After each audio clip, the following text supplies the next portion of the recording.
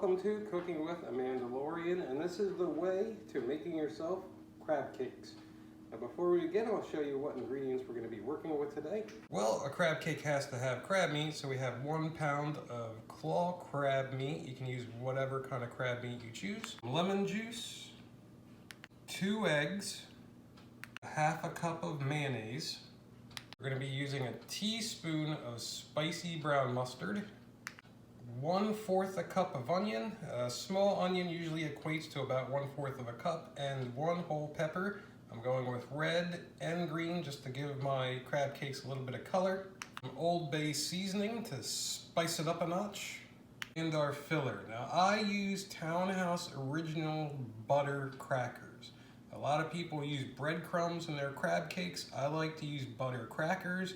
It gives it more of a fattening and tasty flavor. But if you want, use breadcrumbs. Start off by smashing our crackers and turning them into a nice bond.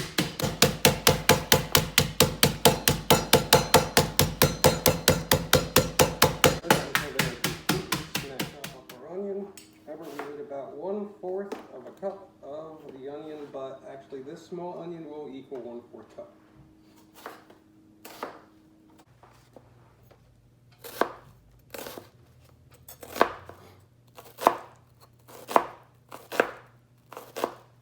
Now we're going to start putting all of our ingredients into a bowl. So we're going to start with our crab meat, shake it out of the can. We're going to add our onions, peppers,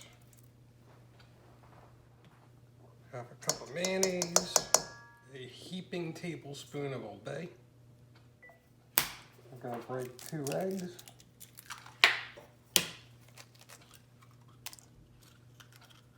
cup of breadcrumbs.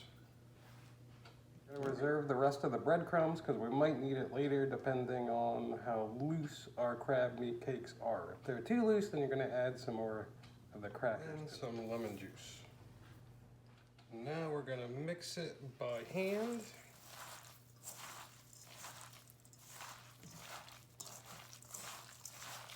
Until all the ingredients get together. And this is where you use all your senses. You're going to feel it to make sure it feels like it's binded together, and also to smell it to smell if you think you have enough of the Old Bay in there. I personally like to have a lot of Old Bay in my crab cakes. This doesn't smell all that Old Bay-y to me.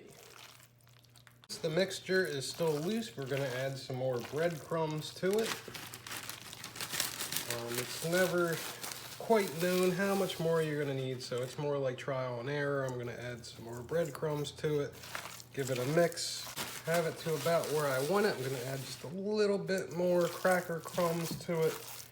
Make sure it's nice and thick because we're going to fry it up and we don't want it to fall apart while we're frying it. Lay down some parchment paper. Using the parchment paper because these are going to stick and you do not want them to fall apart when you're ready to pick them up and drop them into the oil to fry them up. Pretty much just going to form them into patties. This one I think I'm going to pat that a little bit more. If you're going to make crab cake sandwiches, then you want a perfect size one for your bun. And these are going to shrink a little bit once you fry them. Food safety tip, always wash your hands. Before you start, wash your hands.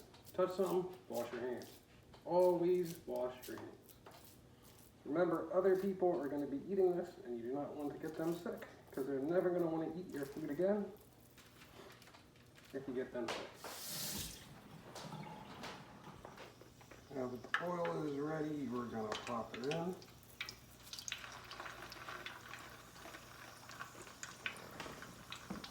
You want to let it cook on each side for about 2 to 3 minutes. Just lift it and check how brown it is before you flip it.